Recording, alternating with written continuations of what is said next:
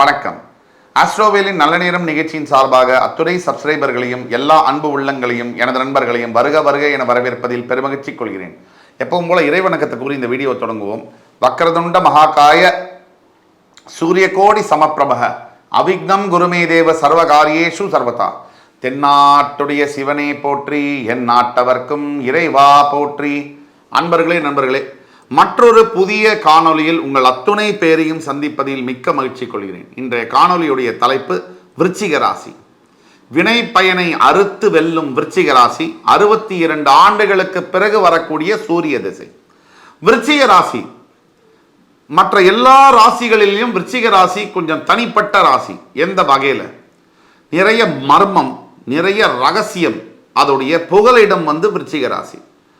தன்னை பற்றி மற்றவர்களிடத்தை அதிகமாக பேசாத, அதிகமாக எதையுமே பகிராத ஒரு ராசி விருச்சிக ராசி. அவங்களுடைய வாழ்க்கையில் இருக்கக்கூடிய ரகசியங்களை யாருக்குமே தெரியாது. ஒரு எடுத்துக்காட்டுக்கு,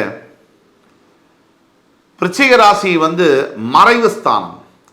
அவங்களுடைய எல்லா ரகசியங்களையுமே தான் மறைக்கக்கூடிய தன்மையில தான் இருப்பாங்க இயல்பா. சில விருச்சிக ராசி நண்பர்கள் விதி விலக்காக இந்த வெளிப்படையா பேசக்கூடிய தன்மை இருக்கும். அது விதி விலக்குகள் என்றைக்குமே விதி ஆக முடியாது. ஆனால் பெரும்பாலான விருச்சிக ராசிகள் என்ன பண்ணுவாங்கன்னு சொன்னா, யாருக்கிட்டையுமே அவங்களோட இருக்கக்கூடிய 25-35 வருஷம் ஃப்ரெண்டாக இருந்தால் கூட தன்னை பற்றி பேச மாட்டாங்க, தான் ரகசியங்களை சொல்ல மாட்டாங்க. ஏன், கட்டின பொண்டாட்டி கட்டின புருஷங்கிட்ட கூட அதிகமாக பகிராத ஒரு மனிதர்கள் அப்படின்னு பார்த்தீங்கன்னா அது விருச்சிக ராசி.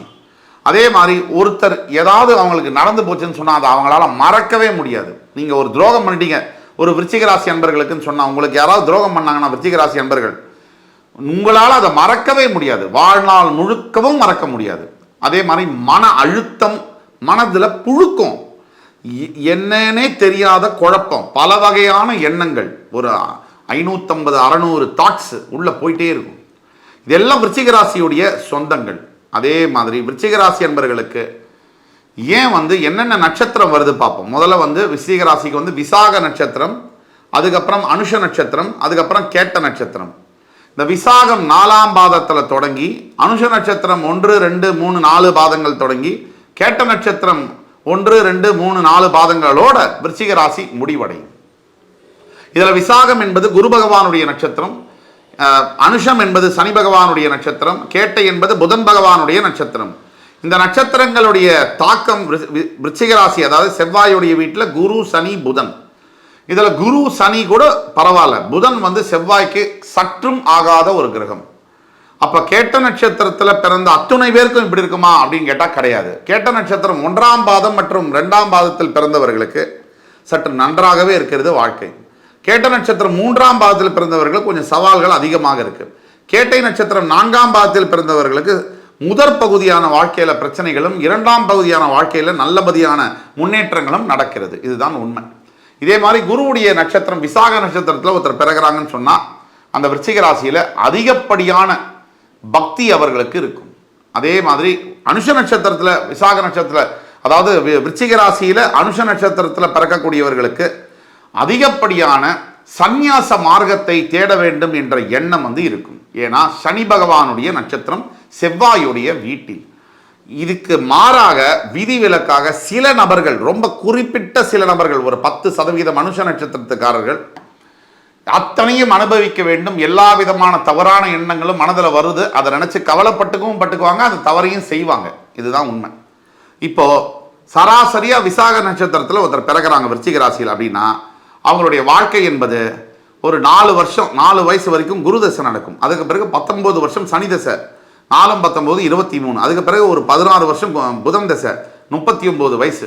அதற்கு பிறகு கேது தசை ஒரு 7 வருஷம், 46. இதுக்கப்புறம் ஒரு சுக்கர தசை 20 வருஷம். கிட்டத்தட்ட ஒரு 60-62 வயசுக்கு தாண்டும் போது அந்த நபருக்கு பார்த்தீங்கன்னு சொன்னா சூரிய தசை வரும். 62 வயசுக்கு மேல சூரிய தசை வந்தா என்ன, வேற எந்த தசை வந்தா என்ன சார், அதுல என்ன சார் பிரயோஜனம், வாழும் போது நல்லா வாழணும் சார், அப்படிதான் உண்மை. அதே மாதிரி உங்க சுய ஜாதகத்துல விருச்சிக ராசியில இருக்கக்கூடியவர்களுக்கு குரு பகவான் கொஞ்சம் வலிமையா இருந்தால் மட்டும் போதும், உங்களுடைய ஜாதகம் மிளிர்விடும், உங்களுடைய வாழ்க்கை ரொம்ப பளிச்சுன்னு ஒளிமயமானதாக இருக்கும். அதே மாதிரி கொஞ்சம் அனுஷ நட்சத்திரம் சனி பகவான் தன்னுடைய இயல்புத்தன்மைக்கு மாறி வக்கரமோ நீச்சகதியோ அடைஞ்சிருந்தார்னா உங்க வாழ்க்கை ஓஹோன்னு இருக்கும். ஆனா என்ன விஷயம் அப்படின்னா, இதை பார்த்து கொண்டிருக்கக்கூடியவர்கள் எல்லாரும் தன்னுடைய ஜாதகத்துக்கு அப்படியே பொருத்திக்க கூடாது. ஏன்னா ஒரு ஹார்ட் சர்ஜன் யூடியூப்ல ஹார்ட் சர்ஜரி பண்ணும்போது step 1 open the rib, step 2 cut the ஹார்ட்னா நம்மளும் அதே மாதிரி பண்ணிட்டா ஹார்ட் சர்ஜரி பண்ண முடியாது. அதனால எங்களை மாதிரி இருக்கக்கூடிய நபர் நல்ல அஸ்ட்ராலஜிஸ்டை பார்த்து நீங்கள் கீழே கொடுக்கக்கூடிய வாட்ஸ்அப் நம்பரில் உங்களுடைய பிறந்த தேதி, நேரம், இடம் இதை கொண்டு தொடர்பு கொள்ளும் போது நாங்கள் உங்கள் ஜாதகத்தை பார்த்து துல்லியமாக உங்களுக்கு என்ன வாழ்க்கையில் இது வரைக்கும் நடந்துட்டு இருக்கு, இனிமேல் எதை நீங்கள் எதிர்பார்க்கலாம் அப்படிங்கிறத மிக கிளியராக, பிளண்டாக, போல்டாக நாங்கள் சொல்லிடுவோம். ஒன்று. ரெண்டாவது, கிட்டத்தட்ட விருச்சிக ராசி என்பவர்களுக்கு நடுத்தரமான வாழ்க்கை, ஃபார் எக்ஸாம்பிள் ஒரு 25லேருந்து 45, 50 வயசு வரைக்கும் வாழ்க்கையில் அவ்வளவு சரியான விஷயங்கள் நடக்கிறது இல்லை அப்படிங்கிறது தான் உண்மை. ஆனால் அதற்கு மீறி ஒரு 50 வயசு 55 வயசுக்கு மேற்பட்ட விருச்சிக ராசி அன்பர்களுக்கு பெரும்பாலானவர்களுக்கு வாழ்க்கை நல்லதாக மாறுகிறது. அப்படின்னா என்ன அர்த்தம்னா, உங்களுடைய சந்ததியினருக்கு அப்புறமா, உங்களுடைய சந்ததிக்கு அப்புறமா, அதாவது நீங்கள் திருமணமாகி குழந்தை பெற்று அந்த குழந்தையை வளர்த்து படிக்க வச்சு அவங்க பெரிய ஆள் ஆனதுக்கு அப்புறமா உங்களுடைய வாழ்க்கை என்பது ரொம்ப வண்ணமயமாகிறது அப்படிங்கிறது தான் உண்மை. அதாவது உங்களுடைய பெத்த பிள்ளைகள் உங்களை தவறாமல் காப்பாற்றுவார்கள், அதே மாதிரி உங்கள்கிட்ட பாசமாகவும் அன்பாகவும் இருப்பார்கள். இதற்கும் விதிவிலக்குகள் உண்டு, அது விதியாகாது. ஆனாலும் கூட நாம் ஒரு வார்த்தை சொன்னா கூட மீடியாவில் இருக்கிறதுனால கப்புன்னு பிடிச்சிக்குவாங்க. அதாவது என்னன்னா, நீ இப்படி சொன்னியே, எனக்கு இப்படி நடக்கலையேன்னு. இது தனிப்பட்ட ஒவ்வொரு நபருக்கும் சொல்லக்கூடிய பலன்கள் அல்ல, இது மொத்தமாக விருச்சிக ராசிக்கு சொல்லக்கூடிய பலன்கள்.